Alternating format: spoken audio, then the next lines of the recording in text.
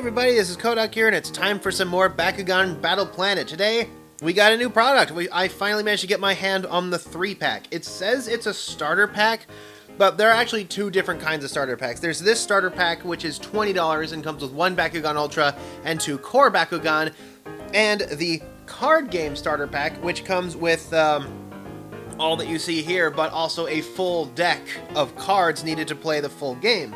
I have not yet found that. This was actually another thing I found on a lucky break from my local Target, but it'll give us a chance to look at a few things. There were a few of these in the store, but only one of them had any Chaos Bakugan in them at all, and that was a Chaos Hydorus Ultra. But I figured, you know, I've already shown you a lot of the Hydorus Ultra and what Chaos looks like, and what this set will do, which contains a Pyrus Manta Noid, as listed here, Bakugan Starter Pack Pyrus Manta Noid. Along with this is, it's actually based a lot on the classic starter packs for Bakugan, although $20 is more expensive, way more expensive than those ever got. I remember when their standard price was $8. I think they got to $18 by the very end, but by that point, Mectanium Surge, basically the entire line was nothing but special attack Bakugan, so that made it kind of expensive. $20 is more cost effective than the normal price of these. Ordinarily, the Ultra is $10 and the 2 Core would be $7 a piece, which would add up to $24.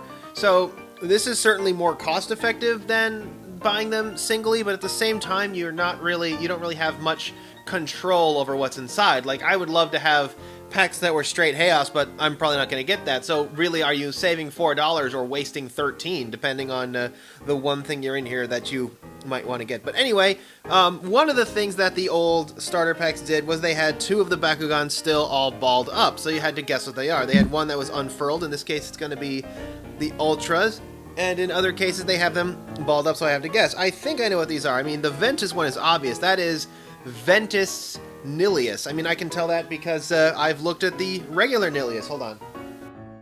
Yeah, the regular Nillious here. You can see that as far as a basic look, they look exactly like each other. So this is clearly a Ventus Neleus.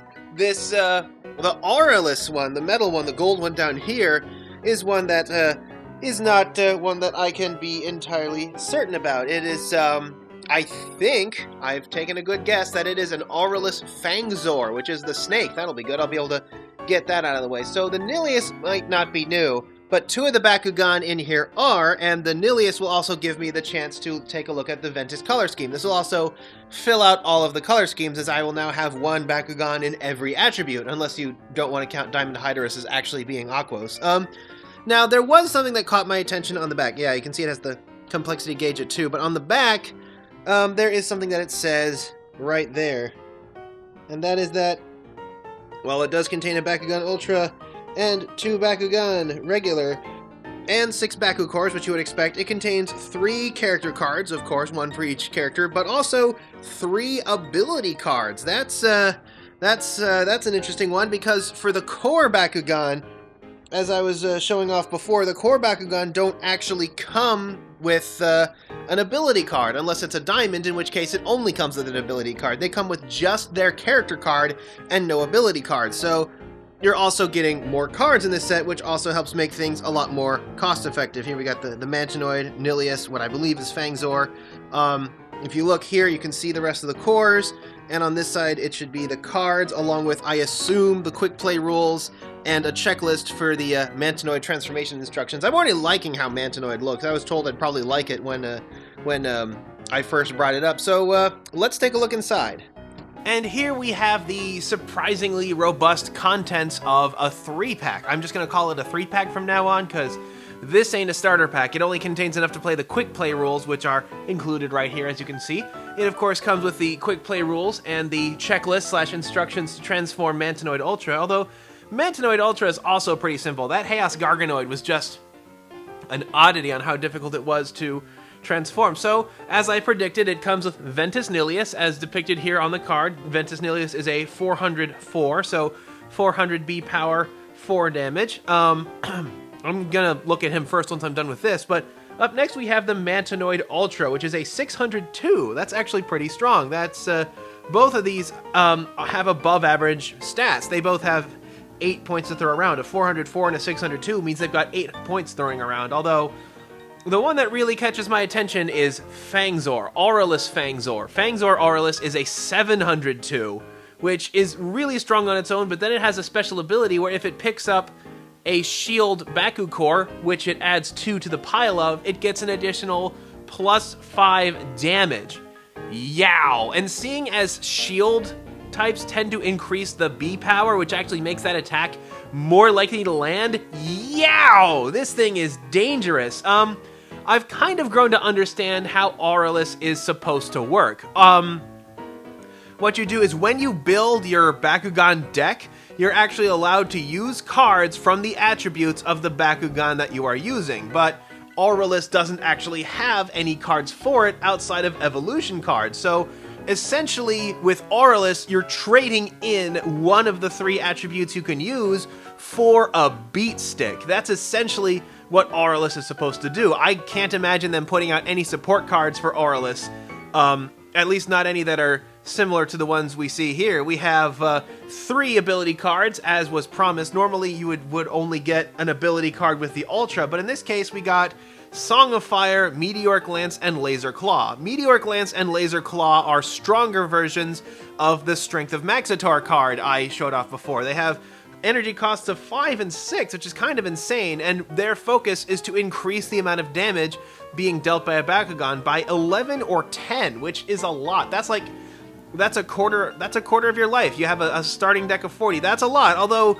with costs that high, I can't imagine seeing these getting a lot of use. Anything 7 or higher is basically a joke, and 5 and 6 on abilities like that, you might see it occasionally, but it would be kind of difficult. Song of Fire, though. Song of Fire is a Pyrus version of Dark Ritual. You spend 3 energy to get 5, which I guess would be the perfect amount to pay for a surprise Meteoric Lance on turn 3, or to summon the Titan Dragonoid, which is what everybody's been going crazy about. But Song of Fire is a card that I guarantee is going to see use because of its ability to essentially jump 2 turns ahead, even if it is just for 1 turn. And then, of course, we have our Baku cores. We have 3 Fist and 3 Shield. I have yet to get any Bakugan that use the Fire Fist or the Magic Shield cores. Maybe that should be what I focus on. I'm filming this on January 5th, so tomorrow will be January 6th, and Target should have their section nice and reset, so I can go take a look at all of that. So, let's take a look at some more of the contents in here, and let's just go ahead and get Ventus Neleus out of the way. So, starting off with Ventus Neleus, it's Nillious, only green. There's not really much more to say about that. It's still very, very lightweight, and like I said before, it's because of this big hollow cavity that makes up its body here. Still a very simple design, but this actually gives me a chance to compare its color scheme to how it used to be. So, bringing back my old Ventus Garganoid here, we can see this is how the Ventus color scheme used to be. It was sort of a bright teal with some dark green accents and a little bit of yellow and purple to kind of break it up a little bit. Very, very different from what we have here, although not quite as different as Gundalian Invaders. Gundalian Invaders and Mectanium Surge used the same basic colors. Huh? I thought you'd never see this Contestier again, huh? The one I showed off at the Lincoln Memorial. Yep, this is the one.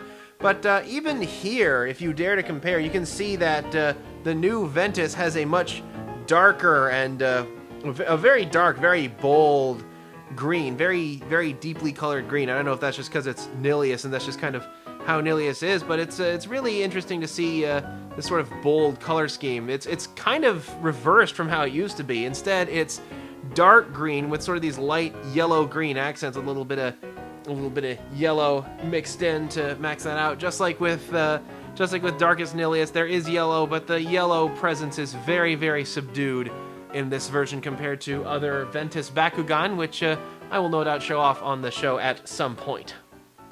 Up next, we have Pyrus Ultra Manta Noid. Here it is in its rolled up state. You can see a lot of bright reds and oranges like your classic Pyrus, although there's a lot of green here. Although, like I mentioned with some of my other things, green is Pyrus's complement, like how orange is blue's complement. So the green will really pop and appear very strongly against the red being used here. There's a little bit of a painting error on here, and Mantonoid seems to be a little bit less detailed than some of the things we've been looking at earlier. I mean, there's some detail on this arrow here we've got a little bit of detail on the front and the side. It's no comparison to Pegatrix's wings or anything like that. And this part here, I assume it's for strength, but it's actually a slightly darker red. That's a little strange, but let's see how this thing looks when it opens up. Although something that some people told me before was that these large axles here were supposed to make it easier to roll in a straight line. That might be true. It might not be. It all depends on how well you play the game, because, you know, I actually like to spin them, and those don't really help that much at all. Oh dear, it died. Is there a ruling on this? Okay, and this is Pyrus Manta Noid Ultra. It is very impressive with how large it is. It has this big body that extends out, and these long arms that come forward, these long sides that come forward, and are basically the only thing keeping it on the ground. I think it's actually supposed to, ideally, it would be like standing up like this, using these front and rear legs, but, you know, ain't gonna complain. It is very striking with the color scheme it has going on, with a lot of the orange, and especially like the green eyes and the green on the sides here. So it does have a very, very striking design. Like I said, it's not the most complex on detail, but it really makes up for that with just how darn striking it is. It's enormous. It unfurls far larger than any of the other Bakugan we have gotten so far, unless you want to count Garganoid's extremely long tail. But just for kind of the volume it occupies, it is very large and impressive. It has that large face on the top with the colored bottom jaws you see with a lot of them. It has some green on the underside of its wings as well, as long as the B Power 600 on its bottom thorax there. So we also have a few other things. We have the back. We have these parts. Actually, these parts became the legs, and something I've noticed is they're actually immobile. These legs here, these legs part of Mantonoid, are actually immobile, and they're actually used to help lock this thing in place. Like I said, very, very nice design, and this also gives us a chance to look at the color scheme. Let's compare it to our old friend Lightning Dragonoid here, and you can actually see, it's maybe a little bit difficult to see on the camera right now, but you can kind of see how Mantonoid's red is actually a much richer, a much bluer looking red compared to the red of Lightning Dragonoid, which has the Pyrus red from Gundalian Invaders, and has as well as the orange. The colors on Mantonoid here are a lot bolder. Like I said, it's a very bluish kind of looking red rather than the kind of orangey red we have over here with Dragonoid. It almost looks like a lipstick red, to be honest. That very, very bold color. But those green eyes, it really helps those green eyes, just these sort of yellowish green eyes, just really pop super violently against this slightly blue tinged red. So it's very effective at making that design pop.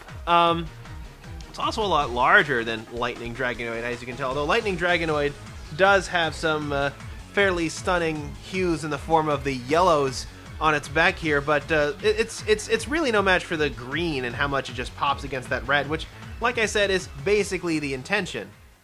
And finally, we have Aurelus Fangsaur, and even before I open it up, wow, look at all of this detail. It's a very, very different case on Fangzor than it was for Mantonoid. Mantonoid sort of wowed us with its design and color, but in this case it is pretty heavy on detail here. So you can see a lot of the scales on here, the metal plating, the gold color, and this half circle that I've seen on some other designs. Now that I think about it, I think it might have been on Bronte's, this design here. Fortunately, I don't really detect much in the way of Alto Bronte's disease here on this design, aside from a little bit on these edges here.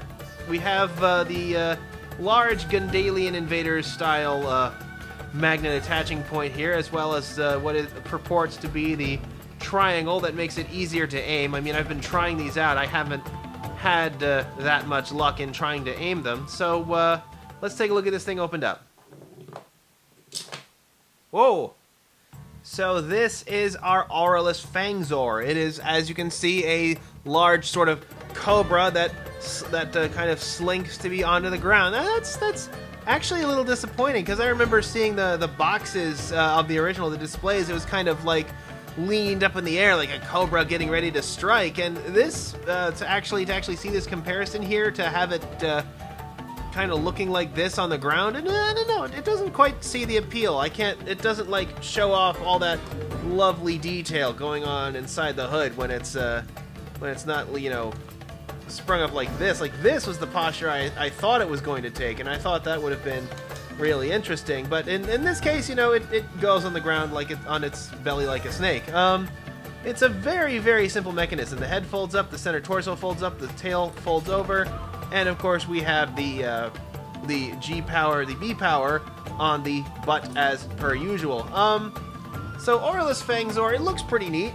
It's I do kind of wish it struck that more daring posture, kind of reminiscent of the old Abyss Omega snake sea serpent Bakugan, which had this nice imposing, like, reared up ready to strike posture, which I thought, based on the packages, was how this thing was going to look. Although, let's take another look at it. The head, oh, there's a little bit of effort put into getting those nice eyes to look the way they do. They've got kind of the snake slit there as well, and although the black teeth, although that's just the inside of the mouth, the fangs are actually on the front here, although in this case it's one gigantic buck tooth. We can take a little bit of a look on the inside. We can kind of see some black markings on the inside, which are supposed to be the eyes that we saw on its trading card, and in the bottom, there's not too much definition on the inside of here. So this one, I mean, it looks great in the shiny gold color. The closest I could find to the gold color from the original was the old Baku bronze, although, like its name suggests, it looks a lot more coppery, a lot bronzier than the sort of orange gold that they have here for the Aurelus Bakugan. And this, I think, was just sort of an alternate color. Like this is technically an Aquos Elfin, so it's not actually any kind of special treatment, it's just an alternate color scheme. Although, I do hope we get alternate color schemes for the new Bakugan at some point. Those were a lot of the fun. We're collecting some of those alternate color schemes, as long as they don't go overboard like they did with New Vestroia or Mectanium Surge. And so that is a look at the Bakugan inside of the 3-pack. I kind of wish they didn't call them the starter pack, because there is an alternate version of the starter pack that contains a full starter deck, and that is hopefully what I will be able to get on here next time. Tomorrow is supposed to be the day that Target does their big reset, so I will be able to get my hands on some new Bakugan products that I haven't gotten the chance to look at before, like the 3-packs of the starter packs, or the Bakugan Battle Planet version of the Baku Carrier, which would be nice since I've been building up a lot of Baku cores, and these Baku Carriers won't actually hold any of those. Not to mention, I hope I can get my hand on some cards. I don't know if the Battle Arena will be out, but I really hope that the cards will be, so I'll be able to finally talk about the card game. I actually plan on doing a full, comprehensive review once I've had a chance to review all of these products. So, thank you very much for watching. Happy January 6th, and until next time, this is Kodak signing off. Bakugan Brawl, it's a big brawl. Bakugan Brawl is for it all. Bakugan Brawl, standing tall, we're the awesome ones. Powers in our hand, take a step.